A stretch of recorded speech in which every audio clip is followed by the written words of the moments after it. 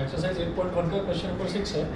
उन्होंने बोला वही कि if angle A and angle B are acute angle such that cos A is equal to cos B, then show that angle A is equal to angle B. Let us consider two triangles.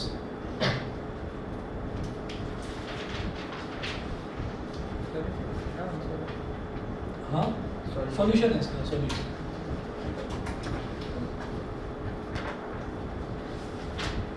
Let us consider two triangles. Triangle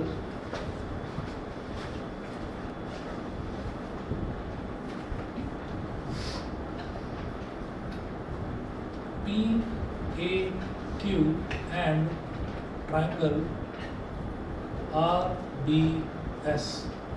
मैंने दो अलग अलग triangle में angle A और angle B माना है, ठीक है। तो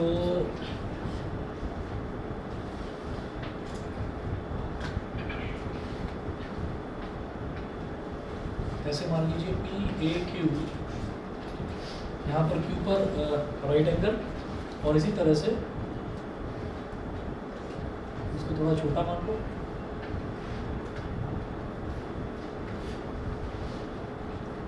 RBS, और यहाँ पर राइट एंगल। तो ये दो ट्राइंगल्स हो गए PAQ और RBS। अच्छा, गिवन क्या है यहाँ पर?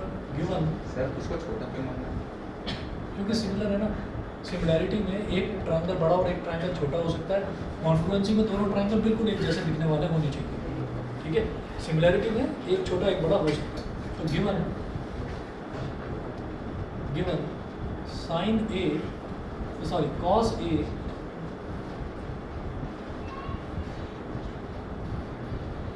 Is equal to cos B, ये दे रखा है। To prove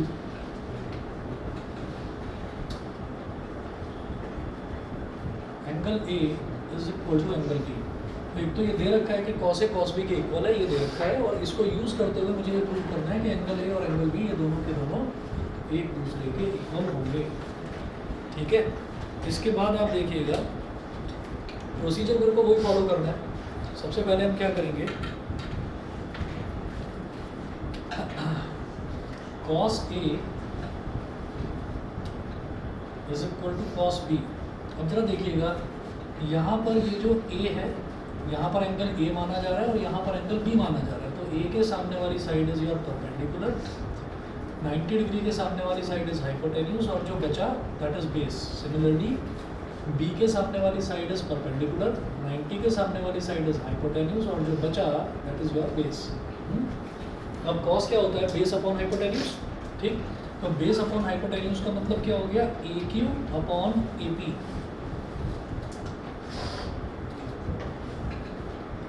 similarly cos B, ये भी क्या होता है? Base upon hypotenuse. तो इसमें बेस क्या है? BS, और हाइपोटेन्यूज क्या है? BR। BS upon BR। मैं अलग से यहाँ पर लिख देता हूँ कि since cos theta is equal to B upon H, base upon hypotenuse. तो cos A की बात कर रहे हैं तो यहाँ पर थीटा क्या हो गया? A। cos B की बात कर रहे हैं तो यहाँ पर थीटा क्या हो गया? B। तो cos A है तो A के सामने वाली साइड इज परपेंडिकुलर, जो बचा वो बेस, और 90 के सामने वाली side hypotenuse. That's why AQ upon AP, AQ upon AP। और यहाँ पर इसी वजह से हमने कहा कि B निकाल रहे हैं cos B, तो B के सामने वाली साइड इज परपेंडिकुलर, ये बेस, और 90 के सामने वाली हाइपोटेन्यूज, तो BS अपॉन B है। ये हो गया। अब हम ये कहेंगे कि AQ upon AP is equal to BS upon BR is equal to K। इसको बोल दीजिए इक्वेशन नंबर 1, ठीक है। और अब क्या करेंगे कि जो जो साइड्स हम यूज़ कर रहे हैं उसके अलावा जो साइड बची है मुझे वो साइड कैलकुलेट करनी होगी। कैसे? ये AQ और AP, तो AQ और AP ये वाली साइड में यूज़ कर रहा हूँ, AQ और AP। तो क्या बचा? PQ बचा। तो हम पाइथागोरस थ्योरम यूज़ करेंगे किसमें? ट्रायंगल PAQ में। From equation 1,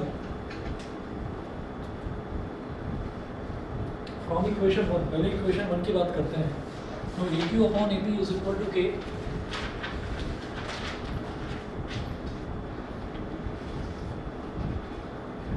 and B S upon B R is equal to के।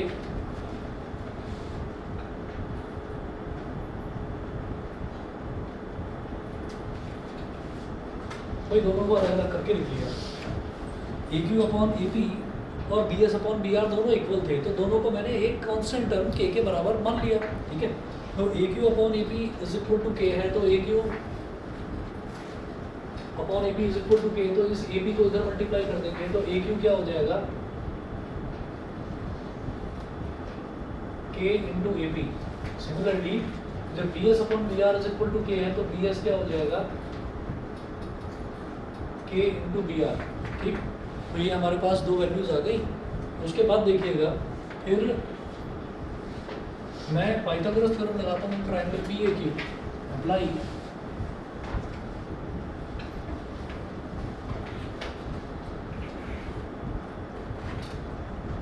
Pythagoras theorem, apply Pythagoras theorem in triangle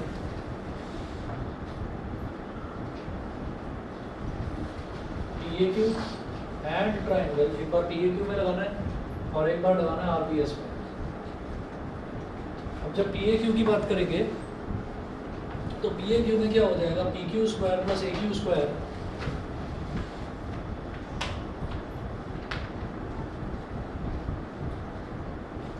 PQ square plus AQ square is equal to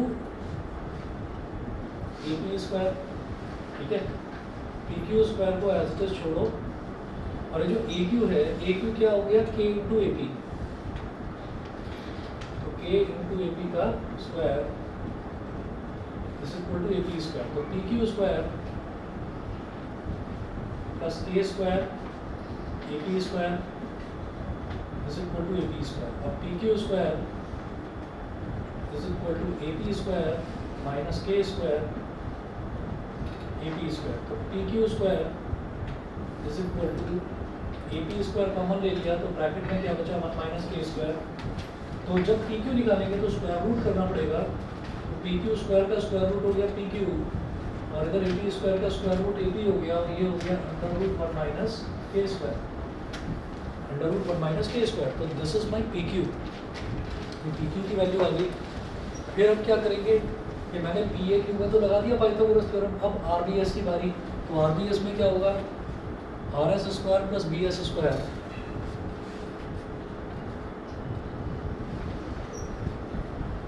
मतलब perpendicular का square plus base का square, R S square plus B S square is equal to B R का square. अब मैं तो ये are S square निकालना चाहता हूँ, तो R S square plus B S क्या होगा, बी एस को मैं कैलकुलेट कर चुका हूँ के इंटू बी आर, तो बी एस की जगह क्या डालेंगे K B R, K into B R का square is equal to B R square. तो R S square plus K square B R square is equal to B R square.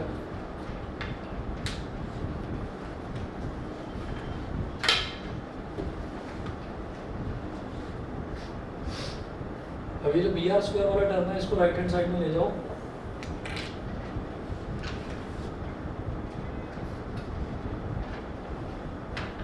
R S square is equal to B R square minus K square B R square.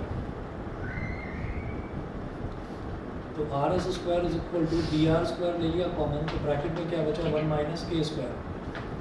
Square rooting करेंगे तो R S is equal to B R square का square root हो गया B R under root 1 minus K square, under root 1 minus K square, ये हो गया। अब आप क्या करिए, हमारे पास ये वाली इक्वेशन नंबर 1 थी, इसको मैंने बोल दिया इक्वेशन नंबर 2 और इसको बोल दिया इक्वेशन नंबर 3। क्या करिए, वही काम जैसा हमने लास्ट टाइम करा था, इक्वेशन 2 को इक्वेशन 3 से डिवाइड कर दीजिए, डिवाइड इक्वेशन 2/3।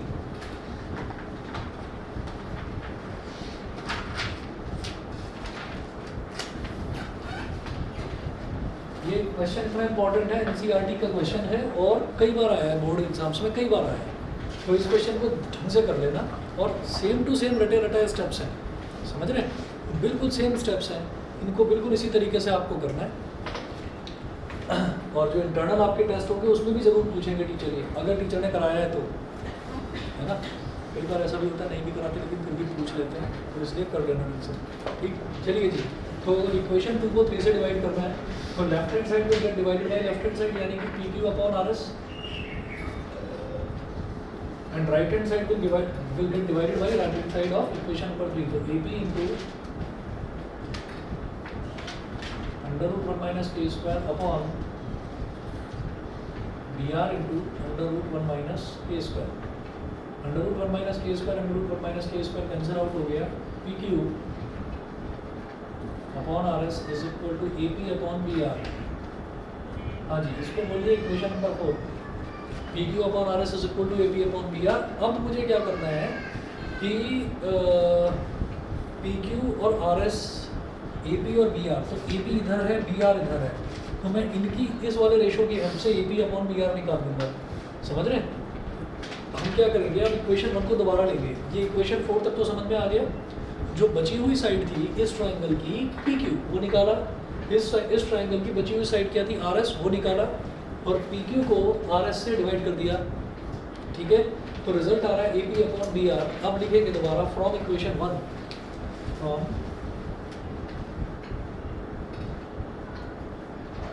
इक्वेशन 1।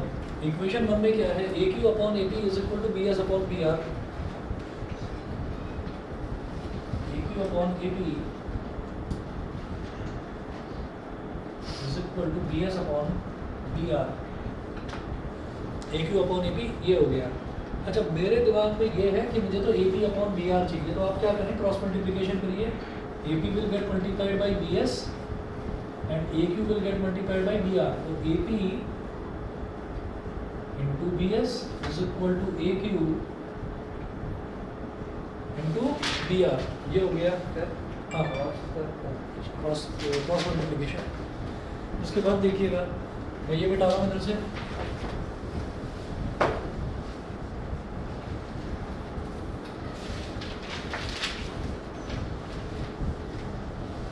और हम किस तरफ बढ़ रहे हैं, हम सिमिलैरिटी ऑफ ट्राइंगल्स की तरफ बढ़ रहे हैं। अभी हम दो ट्राइंगल्स को सिमिलर प्रूव करना चाहते हैं, बड़े वाले को और छोटे वाले को। जब ट्राइंगल सिमिलर होते हैं तो उनके एंगल्स भी, कॉरस्पॉन्डिंग एंगल्स भी इक्वल होते हैं। तो आप ये देखो, मुझे क्या चाहिए, मुझे चाहिए A P upon B R. तो ए पी इधर है, बी आर इधर है, बी आर को यहाँ ले आओ ए पी के नीचे, और इस बी एस को यहाँ ले जाओ ए क्यू के नीचे। तो A P upon B R is equal to A Q upon B S. ठीक है, ये तो हमारी इक्वेशन नंबर 1 ही थी ना, उसी को रीअरेंज करा। तो ये इक्वेशन नंबर 1 ही तो थी, उसी को रीअरेंज करा। तो इक्वेशन 1 और इक्वेशन 4 को कंपेयर करो। मेरे पास A P upon B R इधर भी आ गया, A P upon B R इधर भी आ गया। तो आप क्या करें, comparing first and second,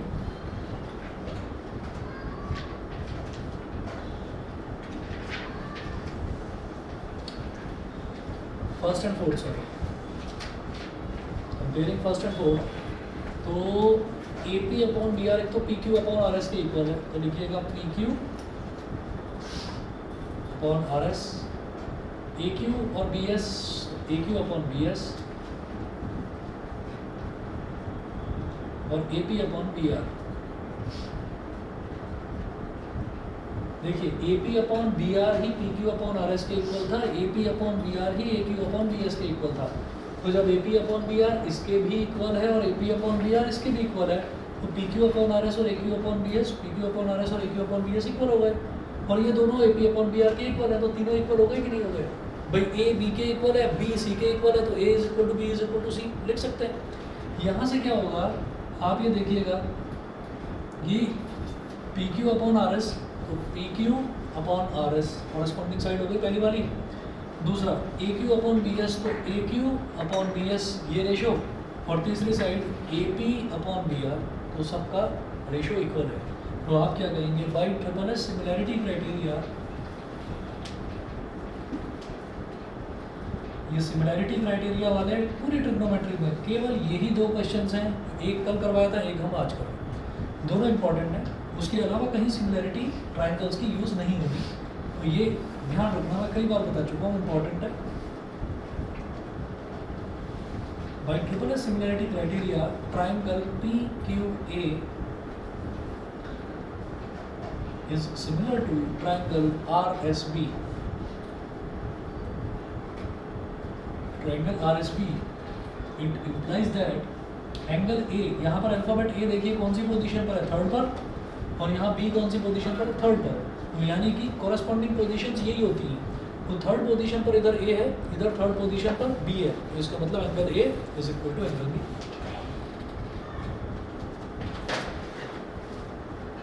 angle A is equal to angle B, ये प्रूव हो गया। उसके बाद देखिएगा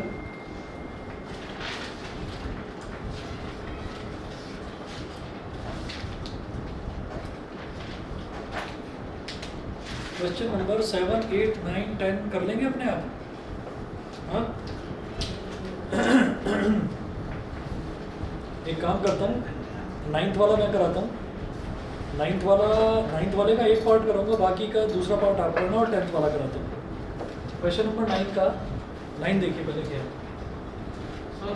हाँ जी, ये वाला ठीक है।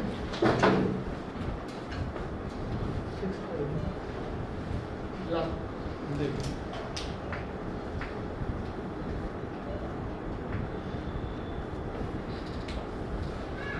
AC upon AB। हाँ, ये हमने क्या करा, ये आपने सिंगल ट्रायंगल मान लिया है ना। सिंगल ट्रायंगल अगर मानकर कर सकते हैं तो ठीक है, लेकिन जनरली स्कूल में टीचर मना कर देते हैं।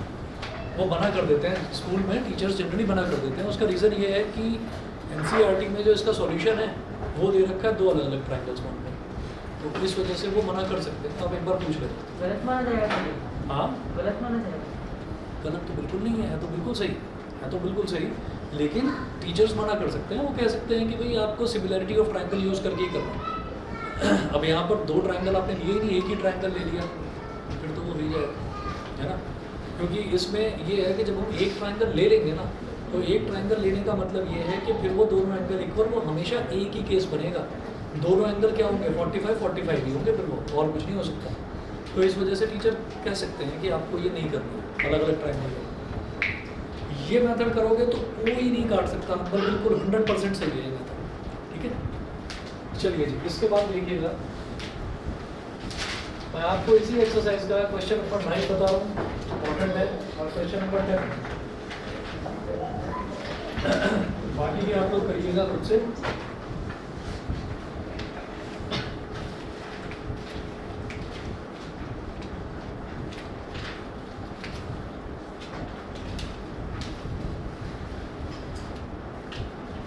क्वेश्चन नंबर 9 था, in triangle ABC right angled eight B if tan A is equal to 1/√3।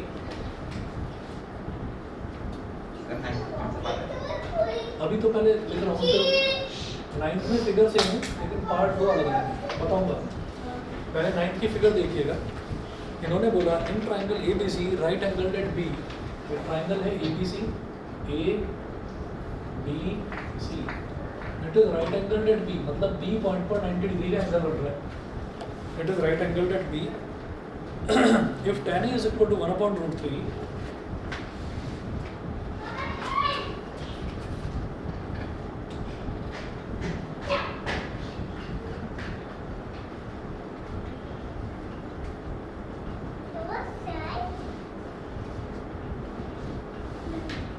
if tan A is equal to 1/√3, tan A तो 1/√3 है। अब वो पूछ रहे हैं फर्स्ट पार्ट में,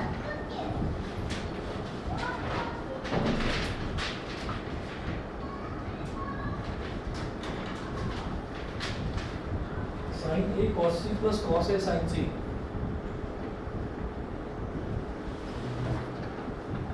sin A cos C plus cos A sin C, क्या करेंगे भाई?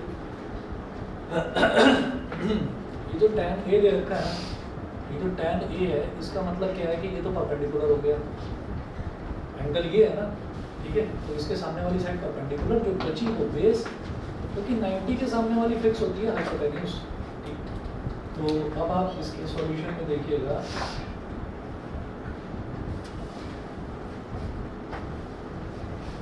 tan A is equal to, हाँ जी, परपेंडिकुलर अपॉन बेस होता है tan A।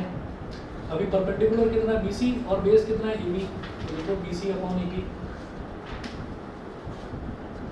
Is equal to 1/√3। ठीक है, रीजन में लिख लेना since tan theta is equal to perpendicular upon base, और tan a के हिसाब से परपेंडिकुलर और बेस मैंने दोनों मार्क कर दिए हैं। ठीक है, तो इस वजह से BC अपॉन AB हो गया। अब दोनों का रेशियो दे रखा है तो मैं क्या करूँगा, so let BC is equal to 1x and AB is equal to √3x। BC is equal to 1x and AB is equal to √3x. Apply.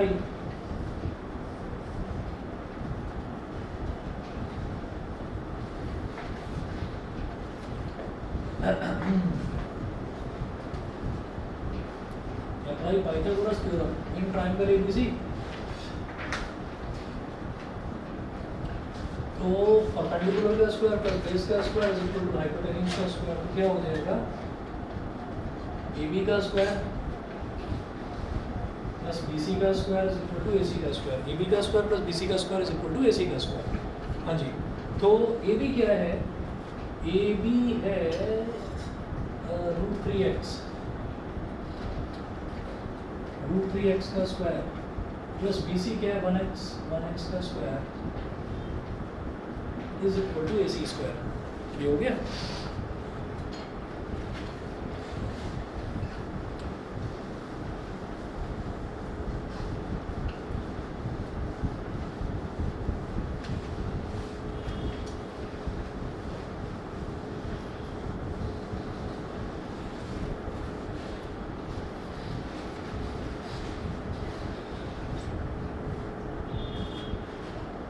√3x का स्क्वायर ऐसे ही बता दो, √3 का स्क्वायर कितना हो जाएगा 3, तो ये हो गया 3 और x का स्क्वायर तो x स्क्वायर, तो ये हो गया 3x स्क्वायर, 1 का स्क्वायर 1 और x का square x square is equal to AC का स्क्वायर। AC का square is equal to 3x square plus 1x square कितना हो गया 4x स्क्वायर, तो AC कितना हो गया 2x। बताओ समझ गए? ठीक है जी, चलिए जी। अब इसके बाद फर्स्ट पार्ट देखेंगे sign A cos A sign सी। तो एक तो मेरे को साइन ए और कॉस ए की ज़रूरत है, साइन ए और कॉस ए की ज़रूरत है। तो हम क्या करेंगे, साइन ए निकालेंगे पहले। साइन क्या होता है, परपेंडिकुलर अपॉन हाइपोटेन्यूज। तो ए को अगर दिमाग में रखें तो परपेंडिकुलर ये है और हाइपोटेन्यूज ये है, तो लिखो BC अपॉन AC। साइन ए क्या हो गया BC अपॉन AC। हाँ जी, BC कितना है, BC है 1x और AC कितना है 2x। x से x काट दो, क्या हो गया 1/2। फिर निकालो cos A। हाँ जी, cos A क्या होता है, बेस अपॉन हाइपोटेन्यूज। ठीक, तो अगर A को ध्यान में रखें तो बेस ये होगा, बेस ये है, हाइपोटेन्यूज ये है, मतलब AB upon AC। cos A is equal to AB upon AC। और what is your AB? AB is √3x and AC is 2x। x से x काट दो, ये हो गया √3/2 जी। अब बात करेंगे, अलग चीज़ है, हम cos C और sin C की बात करेंगे। तो अगर मैं cos C और sin C की बात करूं तो now angle is not A, angle अब C है। और जब एंगल C है ना, तो फिर C के सामने वाली side will be called perpendicular, और ये वाली साइड इसको क्या कहेंगे, बेस। समझ गए? क्योंकि अब मैं C पर ध्यान लगा रहा हूँ, तो C के सामने वाली साइड परपेंडिकुलर, जो साइड बची वो बेस। हाइपोटेन्यूज सेम रहता है, हाइपोटेन्यूज 90 के सामने वाली साइड को ही कहते हैं। तो देखिएगा cos C बताओ क्या होता है, बेस अपॉन हाइपोटेन्यूज। तो बेस अपॉन हाइपोटेन्यूज, C की बात कर रहे हैं, तो बेस अपॉन हाइपोटेन्यूज, तो क्या हो गया BC अपॉन AC। सर अगर ऐसा क्वेश्चन पेपर में आए तो बीच में फिर एक नया फिगर बना के लिखे कि C एंगल होगा तो उसका बेस ये होगा, परपेंडिकुलर होगा। आपको जरूरत ही नहीं पड़ेगी उसकी, जब तक आप प्रैक्टिस करोगे ना तो आपको खूब याद हो जाएगा। ये BPH लिखने की ज़रूरत ही नहीं पड़ेगी, आप अपने आप समझ जाएंगे कि साइन जब भी आएगा तो आपसे साइन ए पूछा जाएगा, तो आप ये जानते हैं ये तो हाइपोटेन्यूज है, आप सीधे बोलोगे साइन ए है परपेंडिकुलर अपॉन हाइपोटेन्यूज। क्यों? क्योंकि ए के सामने वाली साइड परपेंडिकुलर। ठीक है, वो बोलेंगे आपसे कि cos C निकालो, तो आप कहोगे cos C तो बेस अपॉन हाइपोटेन्यूज होता है, ये तो परपेंडिकुलर तो बेस अपॉन हाइपोटेन्यूज, सीधा सीधा। तो ये तो अभी हम शुरुआत हमने करी है, तो मैं इसलिए समझा रहा हूँ जैसे बच्चों की तरह। बाकी आप तो खुद सीधा सीधा कर लेंगे, फिर ज़्यादा प्रैक्टिस हो जाएगी तो फिर आराम से करेंगे, लेकिन प्रैक्टिस कर लेना। प्रैक्टिस के बाद होता है वो, प्रैक्टिस करनी पड़ती है। चलें अभी प्रैक्टिस करनी पड़ती है, सुन रहे हो ना, करना। cos c is equal to B C upon A C, तो भाई बी सी कितना है यहाँ पर, बी सी कितना है 1x और ए सी कितना है 2x, x से x कट गया 1/2 और sign C,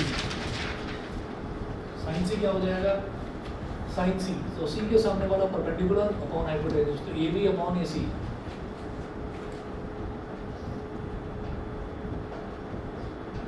A B upon A C, A B है √3x और ए सी कितना है 2x, x से x काट दो, ये आ गया जी √3 अपॉन। अब देखिए फर्स्ट पार्ट में क्या पूछ रहे थे, therefore sign A cos C plus cos A sign सी, हाँ साइन ए कितना है 1/2 और कॉस सी कितना है, ये भी 1/2 प्लस कॉस ए कितना है √3/2 और साइन सी कितना है, ये भी √3/2। अब देखिए न्यूमरेटर तो न्यूमरेटर से मल्टीप्लाई, 1 × 1 1, 2 × 2 4, ठीक, ऐसे ही न्यूमरेटर से मल्टीप्लाई, √3 × √3 3, 2 × 2 4, 1/4 प्लस 3/4 इज 4/4, 4/4, रिजल्ट क्या आ गया, ठीक है, रिजल्ट 1 आ गया। सेकंड पार्ट छोड़ दूँ, सेकंड पार्ट में क्या करना है, cos A cos C minus sign A sign C, second part अपने आप करना, मैं छोड़ रहा हूँ। उसके बाद देखेंगे question number 12 tensor.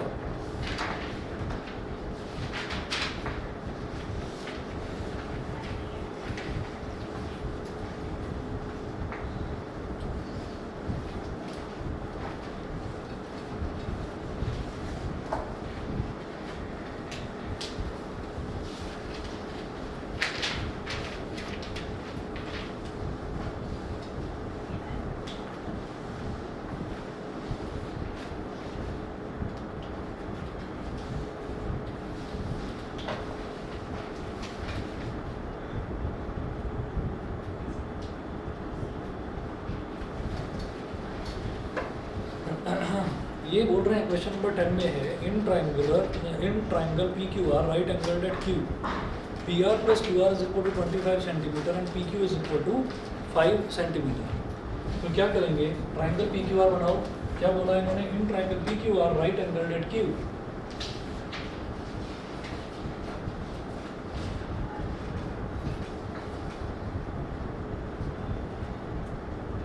Triangle P Q R right angle at Q, वो इसमें बोल रहे हैं कि P R plus Q R is equal to 25 centimetre and P Q is equal to 5 centimetre. तो ये जो पी क्यू है ना, ये तो 5 सेंटीमीटर दे रखा है, given P R plus Q R is equal to 25 centimetre, P R plus Q R 25 centimetre दे रखा है। तो अब क्या करेंगे, ये जो पी आर है ना, इसको क्यू आर की टर्म्स में निकाल दो, यानी कि 25 माइनस क्यू आर सेंटीमीटर, समझ गए। तो पी क्यू की तो वैल्यू 5 है और क्यू आर की वैल्यू को क्यू आर ही रहने देंगे, और जो पी आर है ना, पी आर को आपने क्यू आर की टर्म्स में निकाल दिया। थोड़ा अगर चाहें इसको आसान बनाने के लिए, तो ये जो क्यू आर है इसको x मान लो, तो ये जो पी आर है ये कितना हो जाएगा 25 माइनस एक्स, समझ गए कि नहीं बताओ, ये 25 माइनस एक्स हो जाएगा, क्लियर है, हाँ ठीक है। तो अब हम क्या करेंगे, अब पाइथागोरस थ्योरम लगा लीजिए, अप्लाई,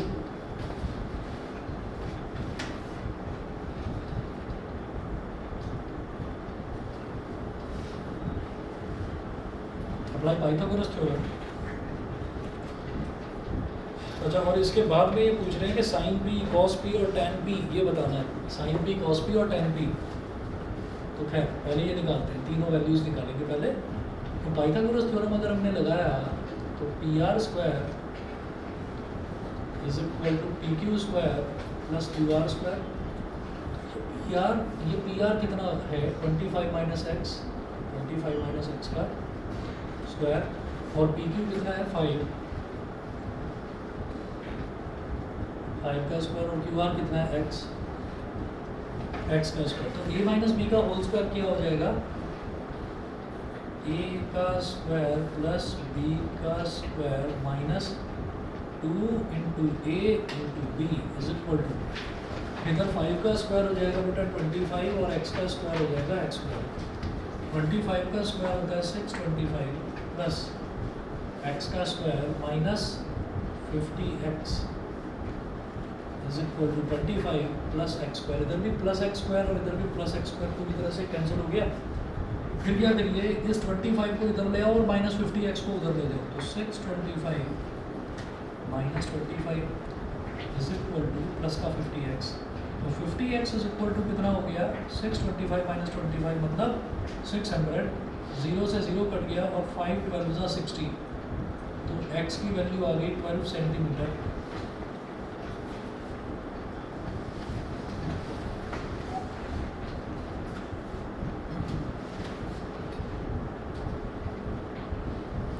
ये ऑनलाइन वालों को समझ में आ रहा है? ठीक है।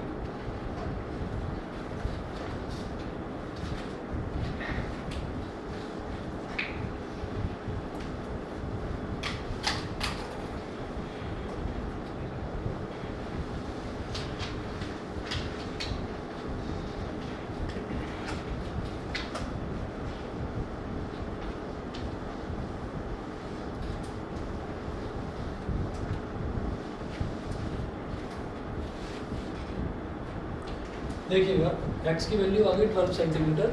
Therefore Q R is equal to x is equal to 12 centimetre, P R is equal to 25 minus x मतलब 25 माइनस 12 ये हो गया 13 सेंटीमीटर। सारी वैल्यूज आ गई। हाँ जी, अब वो बोल रहे हैं कि आपको वैल्यूज़ बतानी है sine P cos P tan P.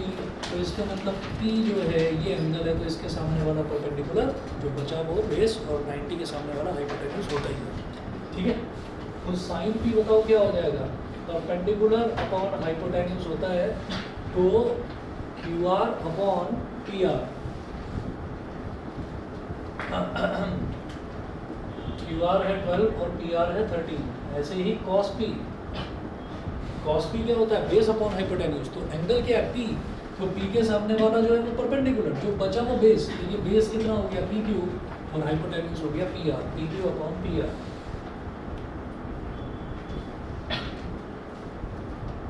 अभी पी क्यू कितना है 5 और पी आर 13। अच्छा टैन पी होता है परपेंडिकुलर अपॉन बेस। तो P के सामने वाला ये P परपेंडिकुलर हो गया ये बेस हो गया तो Q R upon P Q.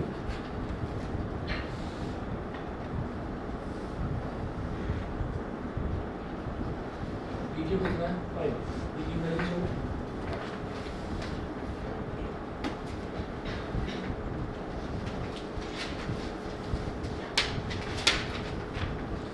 Question number 11। Question number 11 में वो बोल रहे हैं state whether the following are true और false justify your answer. First part है the value of tan a is always less than 1।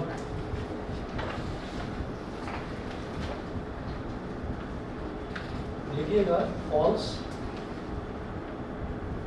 और रीजन में लिखिएगा। भाई ट्रू के लिए तो कुछ बताना ही नहीं है लेकिन फॉल्स है तो उसको जस्टिफाई करना है ना। तो इसमें लिखिएगा रीजन लिखिएगा the value of tan a value of tan A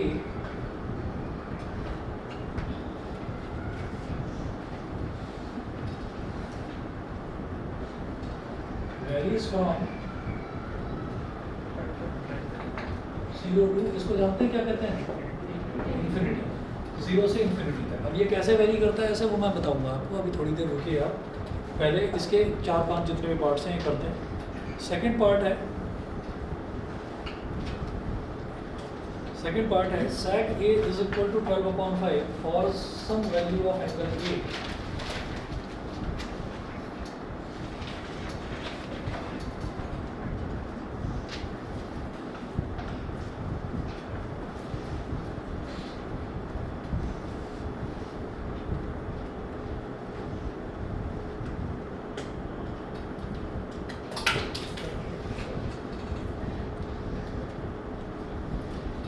ये होगा 2,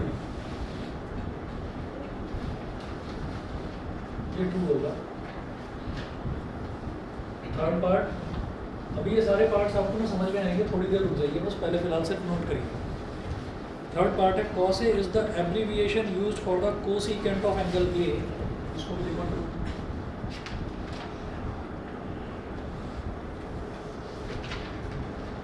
फोर्थ है cot A is the product of cot and A, इसको लिखिए false, रीजन में लिखिए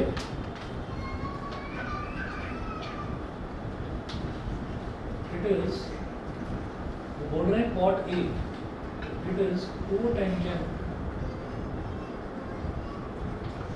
of angle A, it is cotangent of angle A, cot A angle A का cotangent होता है। ये फोर्थ पार्ट हुआ।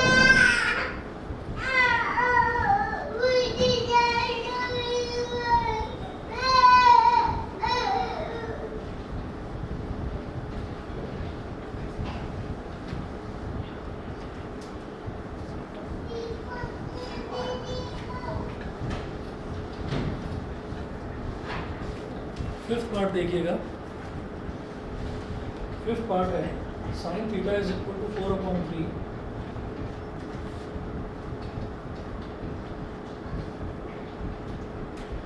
लिखिएगा फॉल्स, रीजन में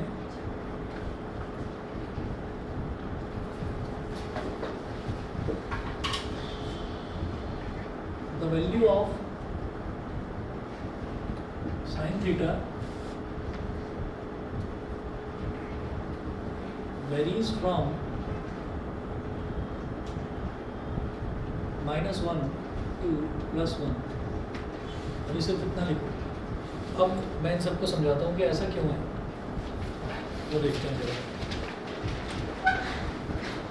ये करने के बाद में, क्वेश्चन नंबर 11 करने के बाद में आप एक नेक्स्ट हेडिंग डालेंगे, trigonometric ratios of some specific angles, trigonometric ratios of some specific angles.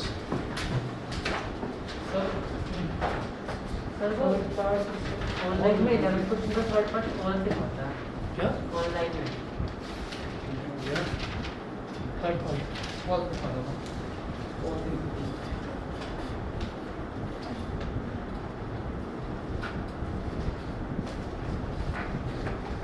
Third part ही गलत लिखा हुआ है यहाँ पे। थर्ड पार्ट लिखा हुआ है cos A is the abbreviation used for cosecant of angle A।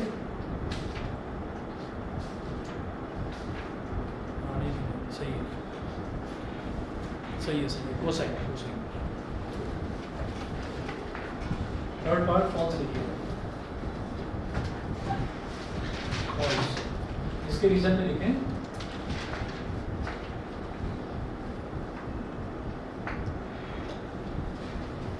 कि cos A means cosine of, अच्छा cot of multiplied थी, cos A means cosine of angle A। ठीक है, अच्छा जी। अब इसके बाद में आप नेक्स्ट हेडिंग डालेंगे trigonometric ratios of some specific angles.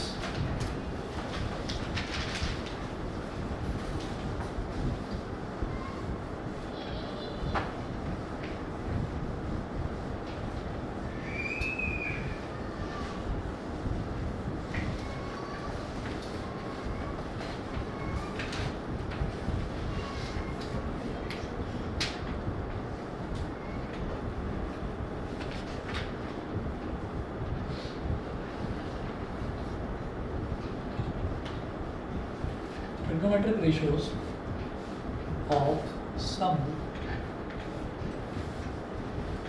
specific angles.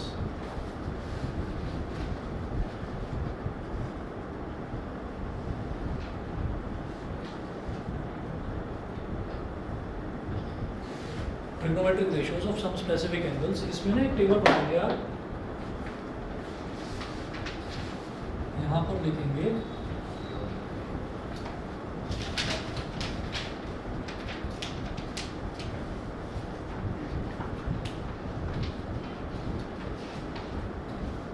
T ratios, यहाँ लिखेंगे थीटा।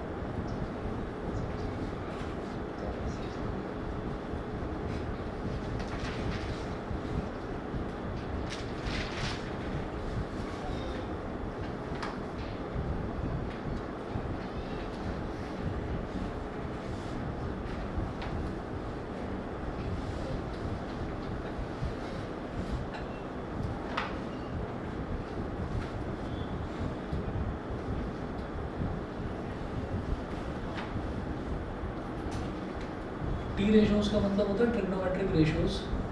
तो इसमें ना आपको बस एक वैल्यू याद रखनी पड़ेगी, जैसे साइन थीटा है ना, तो साइन थीटा में मतलब अगर थीटा जो है वो एंगल 0 डिग्री दे रखा हो, ये 5 एंगल इंपॉर्टेंट है, 0 डिग्री, 30 डिग्री, 45 डिग्री, 60 डिग्री और 90 डिग्री। और आपसे ये एक्सपेक्ट किया जाएगा कि आपको ये सारी वैल्यूज़ जो है ना वो याद करनी है, ठीक है, ये सारी वैल्यूज़ याद होनी चाहिए सबको। तो कौन कौन सी वैल्यू, कि अगर थीटा की जगह 0 डिग्री डाल दो, मतलब sine 0 degree is always 0, sine 30 degree is 1/2, sine 45 degree is 1/√2, sine 60 degree is √3/2 and sine 90 degree is 1, ठीक है। तो थीटा की जगह अगर 0 डिग्री डालते हैं तो साइन 0 डिग्री इज 0, थीटा की जगह अगर 30 डिग्री डालते हैं तो साइन 30 डिग्री होता है 1/2, साइन 45 डिग्री होता है 1/√2, साइन 60 डिग्री होता है √3/2 और साइन 90 डिग्री होता है 1, ठीक है। तो सबसे पहले ये साइन वाला, ये साइन वाला तो मैं कहूँगा भाई सभी को याद करना पड़ेगा, साइन वाला याद कर देना, कॉस का, टैन का, आगे की सारी कहानी उसी से हो जाएगी। ये जो साइन है ना, हाँ बताओ, अच्छा अपॉन 4 करते चले जाएं, ओके चलो जी, ये भी ठीक करें। ये जैसे यहाँ से 5 वैल्यूज़ हैं, 0/4,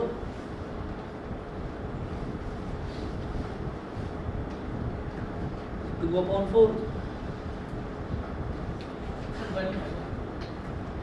फिर 1/4 आएगा तो ये 1/4 नहीं हो जाएगा ओके। अंडर रूट किसका, 4 का, सबका अंडर रूट हो जाएगा। फिर सोचो तो सही एक बार, अगर मैं, अच्छा 1/4 का अंडर रूट, ठीक ठीक,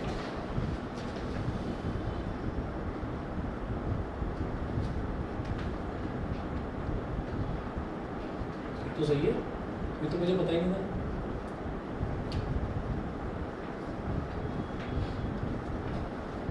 ये तो 0 हो गया, 0 का अंडर रूट 0 और 1/4 का अंडर रूट 1/2, 2 1 2, 2 2 4, तो 1 का अंडर रूट जो है वो 1 और 2 का अंडर रूट √2, 3 का अंडर रूट होता है √3 और 4 का अंडर रूट 2 और 4 1 4, तो इसका बहुत बढ़िया, ये स्कूल टीचर ने बताया, बहुत बढ़िया तरीका बताया, मुझे नहीं पता था। चलिए जी, तो 0 1/2 1/√2 √3/2 और 1, ठीक है, हमने ये वैल्यू याद कर दिया, ठीक है। हम ये याद भी करने की जरूरत नहीं है, बहुत अच्छा तरीका है ये, कि सबको 0 1 2 3 4 4 नंबर लिखो, सबको 4 से डिवाइड करो, सबका अंडर रूट ले लो, तो ये रिजल्ट आ जाएगा, ठीक है। पर मेरा सजेशन ये है कि याद ही कर लेना, क्योंकि वो बार बार निकालना थोड़ा सा मतलब टाइम कंज्यूमिंग है। बाकी आसान है, तरीका तो आसान है। अच्छा, ये करने के बाद जब मेरे को ये वैल्यूज़ याद हो गई सारी की सारी 90 डिग्री तक, तो कॉस के लिए आप क्या करना है कि ये वैल्यू जो लेफ्ट से राइट ऐसे लिखी है ना, इसको राइट से लेफ्ट लिख दो उल्टा। सबसे लास्ट में क्या लिखा था 1, इसको सबसे पहले लिख दो। सेकंड लास्ट पोजीशन पर √3/2 था, तो उसको सेकंड पोजीशन पर लिख दो। 1/√2 ये सेम पोजीशन पर आएगा, तो पहले 1, फिर √3/2, फिर 1/2, 1/√2, फिर 1/2 और फिर 0। समझ गए? ठीक है, तो जो चीज़ हमने ऐसे लिखी थी उसको पलटकर ऐसे लिख दिया कॉस में। ठीक, ये करना है। अच्छा, जब ये हो गया हमारे पास कॉस हो गया, तो sine theta upon cos theta होता है tan थीटा। तो साइन थीटा क्या है 0 और कॉस थीटा क्या है 1, तो 0/1 कितना हो जाएगा 0।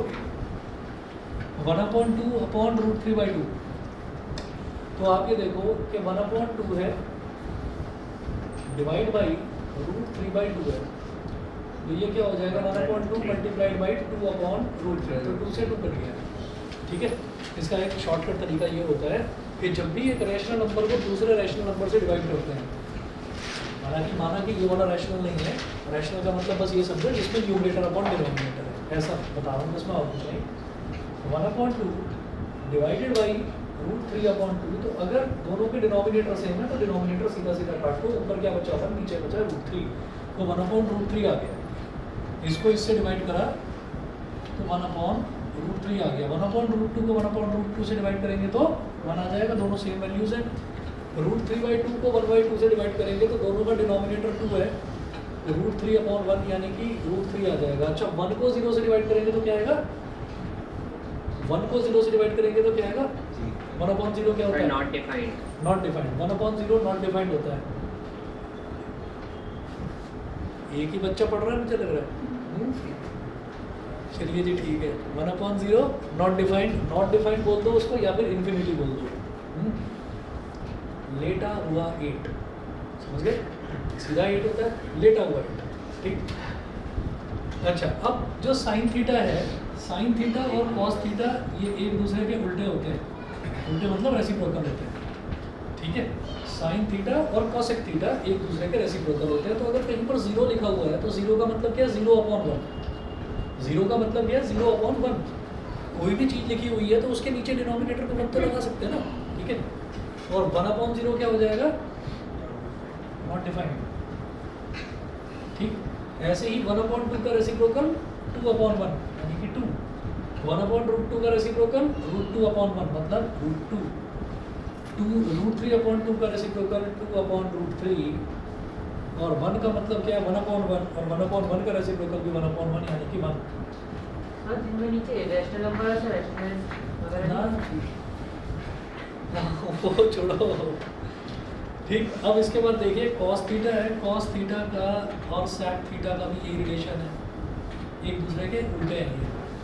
हाँ, तो 1 का रेसिप्रोकल 1, √3/2 का रेसिप्रोकल 2/√3, 1/√2 का रेसिप्रोकल √2, 1/2 का रेसिप्रोकल 2 और 0 का रेसिप्रोकल इन्फिनिटी। जैसे ही tan और cot ये एक दूसरे के उल्टे। 0 का रेसिप्रोकल 0/1, 0/1, 0/1 का रेसिप्रोकल 1/0 यानी कि इन्फिनिटी। 1/√3 का रेसिप्रोकल √3, 1 का रेसिप्रोकल 1, √3 का रेसिप्रोकल 1/√3। ये क्या होगा, ये क्या होगा, इन्फिनिटी का रेसिप्रोकल क्या होगा, क्या?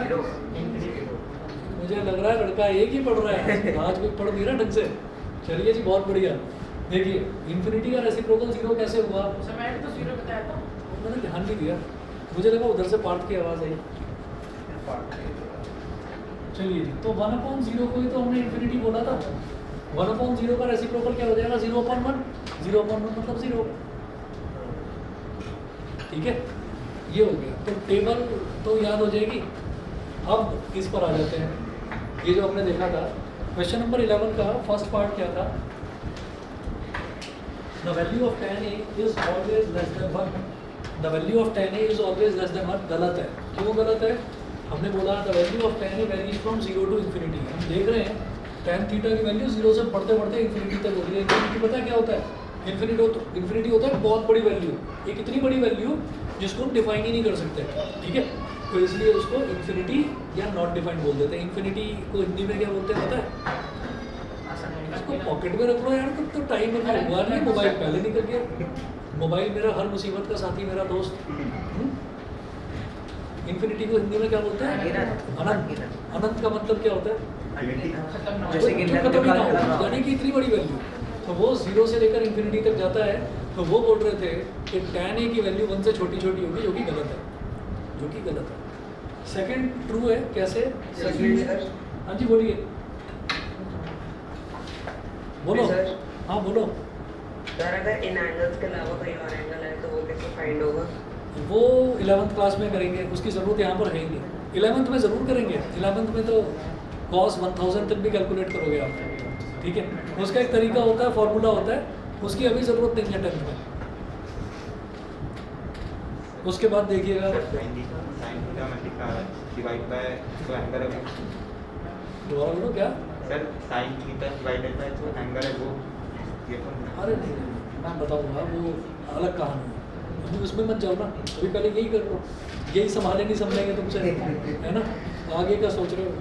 संभालने वाले सब संभाल लेंगे। हाँ। ये मजबूत। चलिए sec a is equal to 12/5 for some value of angle a। 12/5 क्या होगा?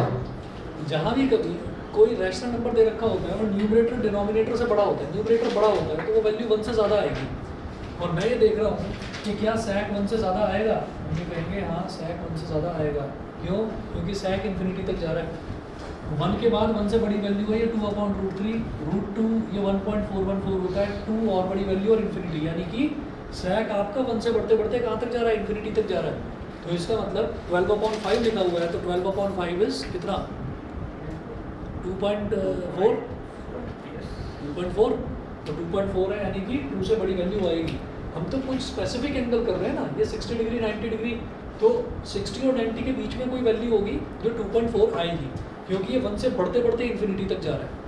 इसका मतलब ये हमारा सेकंड पार्ट ट्रू है। थर्ड है cos a is the abbreviation used for the cosecant of angle, है जो कि गलत है। कोसिकेंट का नहीं, ये कोसाइन का होता है, जो आपने देखा तो सही था, ये कोसाइन का होता है। याद रखिए SIN is for sine, sine भी एक एब्रीविएशन होता है साइनोसॉइड का, और कोसाइन जो है वो होता है कोसाइनोसॉइड का, तो उसको कॉस बोल देते हैं। अच्छा, तो इस वजह से ये फॉल्स है। फोर्थ है cot a is the product of cot and a, ये पूरी तरह से गलत है। cot का मतलब होता है कोटेंजेंट, तो एक एंगल का cotangent is called cot a, तो वो cot और a का मल्टीप्लिकेशन नहीं होता। कुछ बेचैनी सी, कुछ लगा मुझको 2-3 दिन कुछ बैग में थोड़ा ऐसे ऐसे, हाँ रुक जाओ, छोड़ो, हो जाएगा। Sine theta is equal to 4/3 for some angle theta, तो साइन थीटा 4/3 नहीं हो सकता, क्योंकि साइन की वैल्यू मैं देख रहा हूँ मैक्सिमम ये 0 से बढ़ते बढ़ते 1 तक जा रही है, और जो मैंने लिखा है कि वैल्यू ऑफ साइन है वैल्यूज फ्रॉम -1 to +1, तो कुछ एंगल्स नेगेटिव में भी होते हैं, हमको करने नहीं है, हमारे सिलेबस में नहीं है नेगेटिव एंगल, हमें नहीं करने हैं। लेकिन साइन की जो स्टैंडर्ड वैल्यू होती है वो -1 से 1 के बीच में वेरी करती है, कॉस की भी -1 से 1 के बीच में वेरी करती है। तो यहाँ इन्होंने दिया है 4/3 क्या हो जाएगा? 1.333333, ठीक है, 1.3333 आ जाएगा, तो ये 1 से बड़ी वैल्यू हो गई। साइन की वैल्यू कभी भी 1 से ज़्यादा नहीं हो सकती, ठीक। ये टेबल याद करके आइएगा, अगली एक्सरसाइज फिर इसी टेबल पर है, बड़े आसानी से हो जाएगी, ठीक है। कोई और होगा? हाँ, कोई और होगा? होमवर्क यही है, जो पहली वाली एक्सरसाइज जिन बच्चों ने नहीं करी है वो कंप्लीट कर रहे हैं। एक्सरसाइज 1 जो है वो कंप्लीट कर दीजिए, आपने शायद 5 क्वेश्चन तक करा था, सारे कर दीजिए, ठीक है। चलिए जी, okay, thank you sir. Okay.